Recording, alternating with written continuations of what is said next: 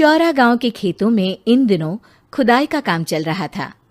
असल में इसी गांव से होकर एक अच्छी सड़क गुजरनी थी, इसलिए यहां खुदाई शुरू की गई थी।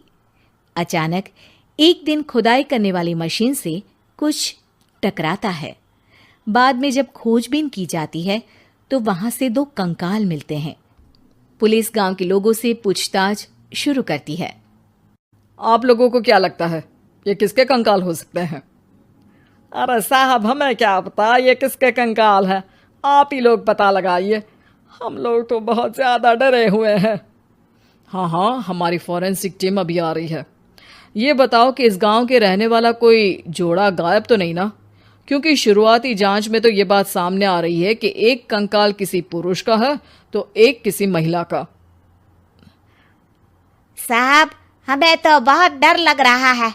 ऐसे कंकाल मिलने का मतलब गांव के आसपास ही किसी की हत्या हुई है या फिर किसी को जलाकर मार डाला गया है। हाँ साहब, हम अपने परिवार को लेकर बहुत ही ज्यादा परेशान हैं।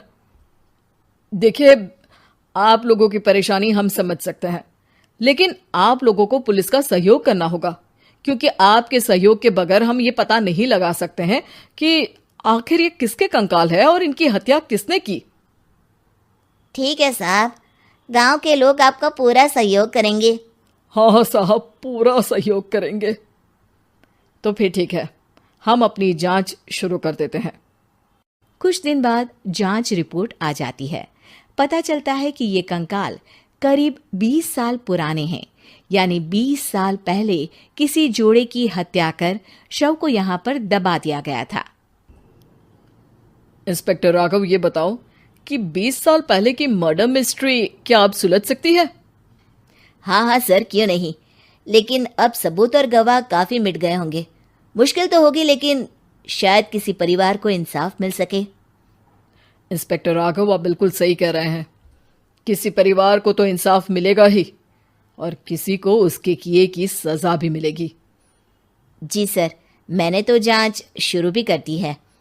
20 साल पहले इस गांव के 2 जोड़े अचानक कहीं गायब हो गए थे।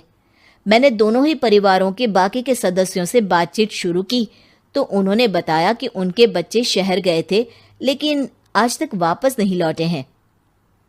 लेकिन ये दोनों शव किस परिवार के सदस्यों के हैं, ये कैसे पता चल सकेगा? सर, मैंने डीएनए टेस्ट करवा लिया है। आज शाम तक इसकी रिपोर्ट भी आ जाएगी। अच्छा, ठीक है। उसी शाम को सर, डीएनए रिपोर्ट के मुताबिक ये दोनों ही लाशें चौरा गांव के रहने वाले प्रधान सुल्तान सिंह के बेटे और बहू की है। लेकिन इनकी हत्याएं किसने की है, ये कैसे पता लगेगा? इसी का तो पता लगाने की कोशिश में जुटा हूं सर। आज सुल्तान सिंह से मिलने भी जा रहा हूं। मेरा बेटा और बहू तो मेरे लिए सिर्फ यादों में ही रह गए थे, हमें उनकी लाशें तक नहीं मिल सकी थी। आज 20 साल बाद उनके कंकाल मिले हैं। मैं अब किसके लिए जीऊं?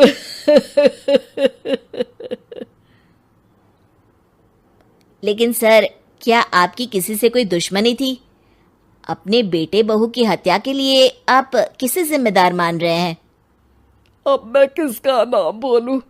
मेरी तो किसी से दुश्मनी नहीं थी, बस मेरे बेटे बहू को कोई वापस ला पाता।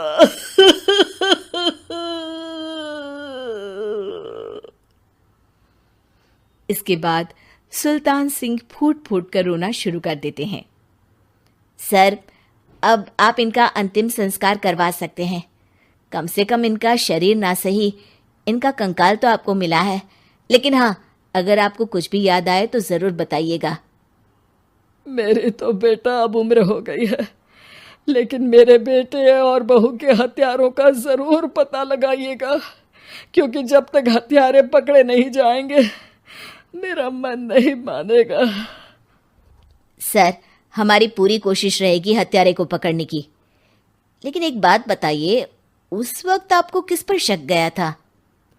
उस वक्त मेरे एक ड्राइवर को पकड़ा गया था, लेकिन सबूतों के अभाव में उसे छोड़ दिया गया था।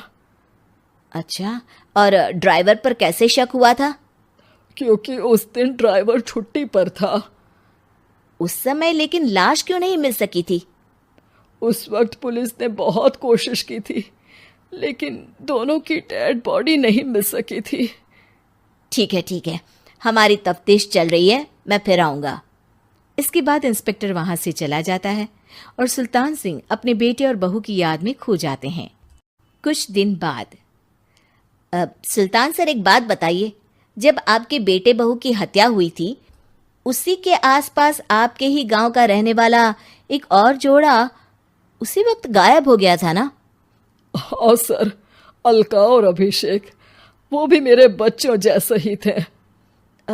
तो फिर वो कहाँ है?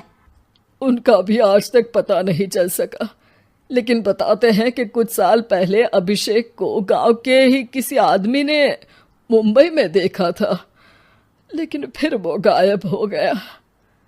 यानी अभिषेक और अलका की हत्या नहीं हुई थी, बल्कि उन्होंने किसी वजह से खुद ही गांव छोड़ दिया था। हाँ, हो सकता है, क्योंकि अभिषेक मेरे बेटे संतोष का अच्छा दोस्त था और उसका मेरे घर भी आना जाना लगा रहता था। हो सकता है कि उसने मेरे बेटे और बहू के बारे में सुन लिया हो और ये गांव छोड़ दिया हो सकता है। उनके परिवार का कोई अब नहीं रहता क्या इस गांव में? अब तो कोई नहीं रहता। एक चाचा थे, लेकिन उन्होंने भी अपना पुश्तैनी मकान बेच दिया है। वो भी अब कहीं शहर में ही बस गए हैं। ओह, अभिषेक और अलका के बारे में भी पता लगाना होगा। हो सकता है कि वही इस हत्या के बारे में कुछ बता सके। हो तो सकता है, लेकिन वो बेचारे तो खुद ही वक्त के मारे थे, वो क्या बताएंगे। फिर भी सर, जब केस दोबारा खुला है तो जांच तो करनी ही पड़ेगी, और इस बार तो लाशें भी बरामद हुई है। कुछ दिन तक लगातार तफ्तीश चलती रही। एक दिन थाने से सुल्तान सिंह को फोन आता है। हाँ, कौन बोल रहा है? सर, मैं कांस्टेबल तुलाराम बोल रहा हूँ थाने से। आपको थाने आना पड़ेगा। थाने? लेकिन क्यों? सर, किसी की पहचान करवानी है। अच्छा ठीक है, मैं दोपहर तक पहुंचता हूँ। सुल्तान सिंह दोपहर में थाने पहुंचता है। कई पुलिस के अधिकारी वहां मौजूद रहते हैं। सर, आपके बेटे की हत्या का रहस्य आज शायद सुलझ जाए। अच्छा इंस्पेक्टर राघव, पर वो कैसे? सर, उस आदमी को देखिए, क्या वही अभिषेक है? सुल्तान सिंह की आंखों में हैरानी से आंसू आ जाते हैं। हाँ सर, यही अभिषेक है। ये आपको कहाँ से मिला? सिर्फ अभिषेक ही नहीं, बल्कि इसकी पत्नी अलका भी इसके साथ है। मैडम, जरा अभिषेक की पत्नी को लाइए। जैसे ही अलका को पेश किया जाता है, सुल्तान सिंह जमीन पर गिर जाते हैं। सुल्तान सर, क्या हुआ आपको? आप अलका को देखकर गिर क्यों गए? सुल्तान सिंह सर पकड़कर बैठ जाते हैं। ये अलका नहीं, बल्कि ये तो मेरी बहू रितु है। पूरा थाना एक दूसरे का मुंह देखने लगता है। क्या? इसके बाद हर किसी को दो कंकाल और हत्या का रहस्य समझ में आ गया।